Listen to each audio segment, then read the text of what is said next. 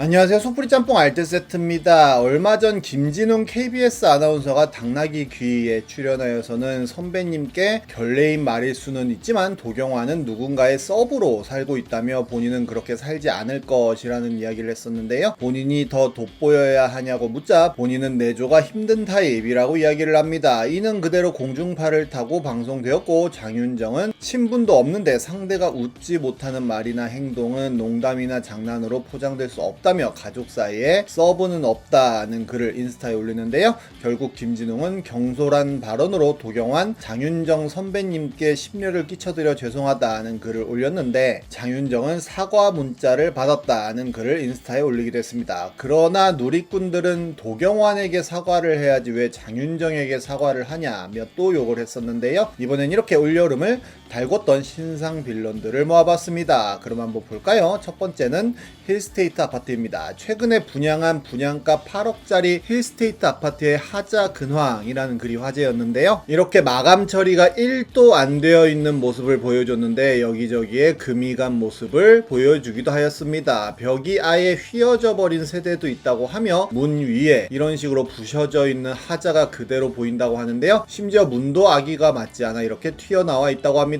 나사 구멍은 쥐 파먹은 것처럼 되어 있고 이상한 하얀 페인트도 묻어 있는데요. 외벽 도색도 똥같이 해놔서 이렇게 지 맘대로라고 하네요. 심지어 거울은 깨져 있다고도 합니다. 외벽 역시 심상치 않은 라인을 보여줬었는데 딱 봐도 건물의 외벽이 이렇게 휘어 있었다고 합니다. 이렇게 휘어 있는 공간들이 많다고 하는데요. 엘베 옆 바닥과 벽면 연결 부위가 휘어 있다고 하며 실외기 공간은 아예 무너져 내릴 듯 휘어져 있다고 합니다. 콘크리트 골조가 휘어져 있는 건데요. 화장실 타일 내부는 날림 시공을 해서 속이 이렇게 훤히 보인다고 하며 창문과 벽이 딱 들어맞지 않아 이렇게 틈이 벌어져 보인다고 합니다. 엘리베이터 버튼 역시 수직으로 딱 맞아 떨어져 붙어있지 않고 엘베 층수 표시기는 아예 달랑달랑 거린다고 하는데요. 많은 사람들이 후분양을 해야 이런 짓들을 안 할 거라며 현대건설 욕을 하기도 합니다. 다음은 아파트 주차장에서 고추 다듬는 민폐 주민입니다. 얼마 전 보배드림에 올라왔던 글인데요. 주차장 자리에 이렇게 돗자리를 펴놓고는 고추를 다듬고 있었다고 합니다. 줄줄이 차가 들어오는데도 다듬고 난 후 자기 차를 댈 거라고 버텨서 관리소장까지 나왔는데 중재가 안 되고 이렇게 막무가내로 나오면 아무 방법이 없다는 글도 남겼는데요. 사진 찍어서 몇 동 몇 호 붙여서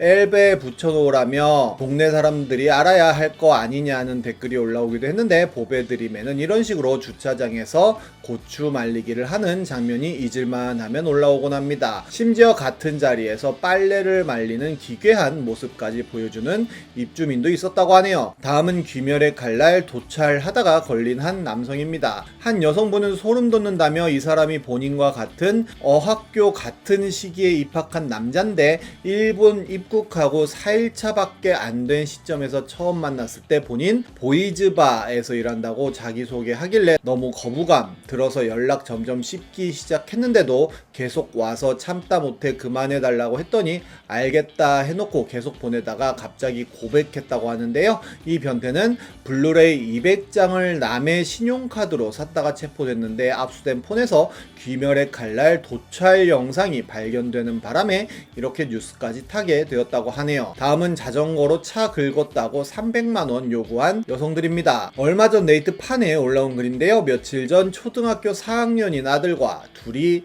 아들은 자전거를 타고 본인은 걸어서 어느 상가구역 이면 도로를 지나다가 갑자기 작은 트럭 한 대가 경적을 울리면서 아들 쪽으로 달려와 아들이 놀라 앞에 서 있던 승용차 옆쪽 부분에 충돌을 하고 차 옆 문짝 부분을 자전거로 긁었다고 합니다. 기스가 많이 나긴 했는데 차 안에서 중년 여성 2명이 내리더니 어디론가 전화를 했다는데요. 옆에 있던 불닭발 가게에서 남자가 나와서는 차를 보고선 사진부터 찍어놓고는 불닭발 가게로 다시 들어갔다고 하는데, 남자가 다시 나오더니 자기가 차주인데 차는 공업사에 들어가서 견적 뽑아 보내면 그때 차 긁힌 거 물어달라고 했다고 합니다. 자기애가 잘못한 거니 당연히 기스난 차는 수리해 주려고 했다고 하는데요. 그러다 며칠 뒤에 전화가 왔는데 차주란 남자가 하는 말이 수리 견적이 8,90이 예상된다고 하고는 한 가지 더 있는데 차 안에 앉아있던 여자 2명 2명이 그날 저녁까진 몸에 이상이 없었는데 다음날 자고 일어나서부터 허리하고 목 부분이 욱신거린다고 했다고 합니다. 그래서 병원에 물리치료를 다니고 있다면서 차 수리비에 여자 2명 물리치료비 해서 300만 원을 보상해달라고 했다는데요. 뭔가 좀 이상하다는 느낌이 들어서 물리치료비는 확실하지 않으니까 차 기스난 수리비만 해주려고 한다며 이 정도 충격으로 성인 몸에 이상이 생길 수 있는지 합리적 의심이 든다며 다른 분들은 어떻게 보시냐며 마무리를 합니다. 수리비는 내줄 수 있지만 차 안에 있는데 대인은 너무 양아치라며 보험 사기로 고소할 거라는 댓글이 배포를 하기도 했는데 보험사에 억울하다고 끝까지 조사받자고 하라며 본인도 그렇게 해서 경찰 시뮬레이션 하는 것까지 하자고 하니까 그쪽에서 꼬리 내렸다는 분도 나타났습니다. 다음은 다큐 3일 폭파 빌런입니다. 2015년 8월 15일엔 한 다큐 3일 제작진은 여대생 2명을 인터뷰했었는데요. 여대생들은 10년 후에 다큐멘터리 또 찍으라는 이야기를 하였고 PD가 그때도 제가 이 일을 하고 있을까요? 라고 묻자 2025년 8월 15일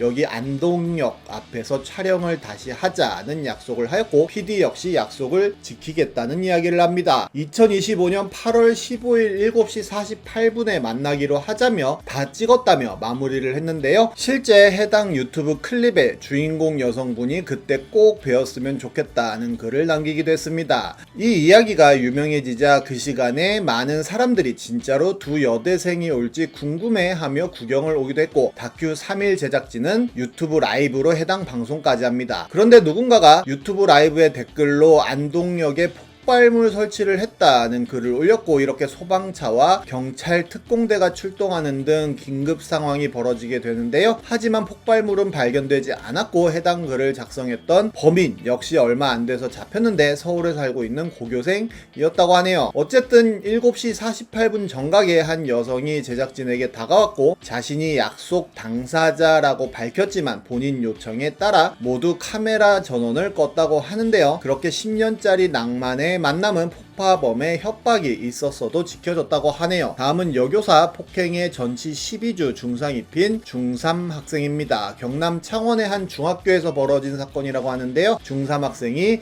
50대 여교사를 밀쳐 상해를 입혔다고 합니다. 점심시간에 3학년 학생이 1학년 교실에 들어오자 해당 1학년 반 담임인 여교사가 이유를 묻자 묻지만 폭행을 한 거라고 하는데요. 그 여교사는 허리 부분에 중상을 입고 119에 의해 병원으로 이송됐으며 전치 12주 진단을 받았다고 합니다. 여교사에게 음란 메시지를 보낸 고교생 역시 대한민국을 떠들썩하게 했었는데요. 남학생이 여교사에게 성기 사진과 음란 메시지를 보낸 사건이라고 합니다. 심지어 해당 교사는 2년 전에는 학부모에게 성추행을 당했다는 사실까지 밝혀지는데요. 그런데 익산교육지원청 교권보호위는 처음엔 교권 침해가 아니라는 판단을 했다고 합니다. 교권보호위는 교육활동 시간 외에 발생해 교육활동과 연관이 없다는 이유로 교권 침해가 아니라고 판단했다는데요. 이에 전북교육청이 여교사를 대신해 행정심판을 청구했는데 전북특별자치도 교육청은 행정심판위원회를 열어 교육활동 중에 발생한 것으로 봐야 한다며 교권 침해에 해당한다는 판결을 내렸다고 하네요. 체벌은 필요하다는 댓글이 올라오기도 했는데 막 나가는 학생들 정말 많은 것도 같습니다. 다음은 제주도 함덕해수욕장 1박 24만원짜리 펜션 클래스입니다. 이 펜션 리뷰가 화제였는데요. 숙소에 들어가자마자 곰팡이 냄새가 진동했다며 주차장 담배꽁초는 아이 보기 민망할 정도로 듬뿍듬뿍 쌓여 있었다고 합니다. 그러려니 하고 올라가는데 주변도 굉장히 더러웠다며 그냥 치우질 않고 사는 것 같았다는데요. 내부에는 세탁기가 없어서 외부에 먼지랑 곰팡이 덕지덕지 붙은 세탁기가 2대 있었다고 합니다. 숙소에서 바라보면 이렇게 폐자재들이 마음대로 나뒹굴고 있었고 손잡이에는 이렇게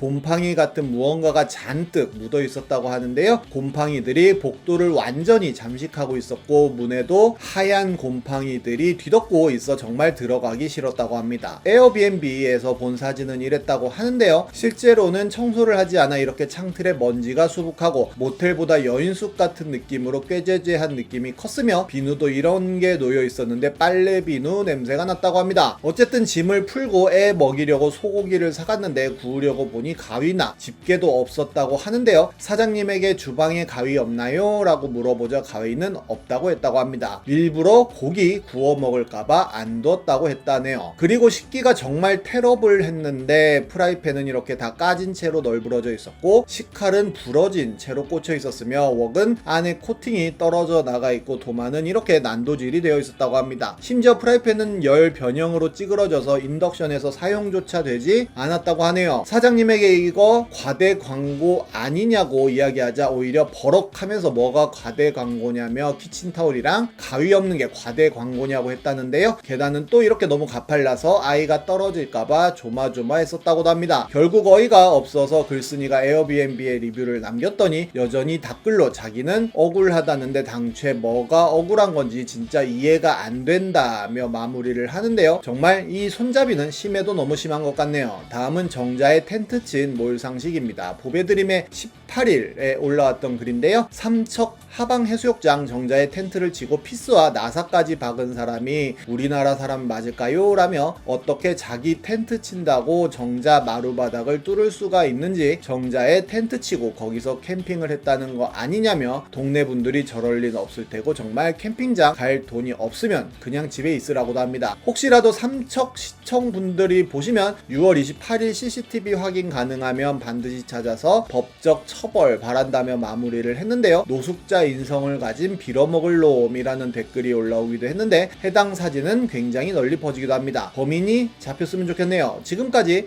속풀이 짬뽕 알뜰 세트였습니다.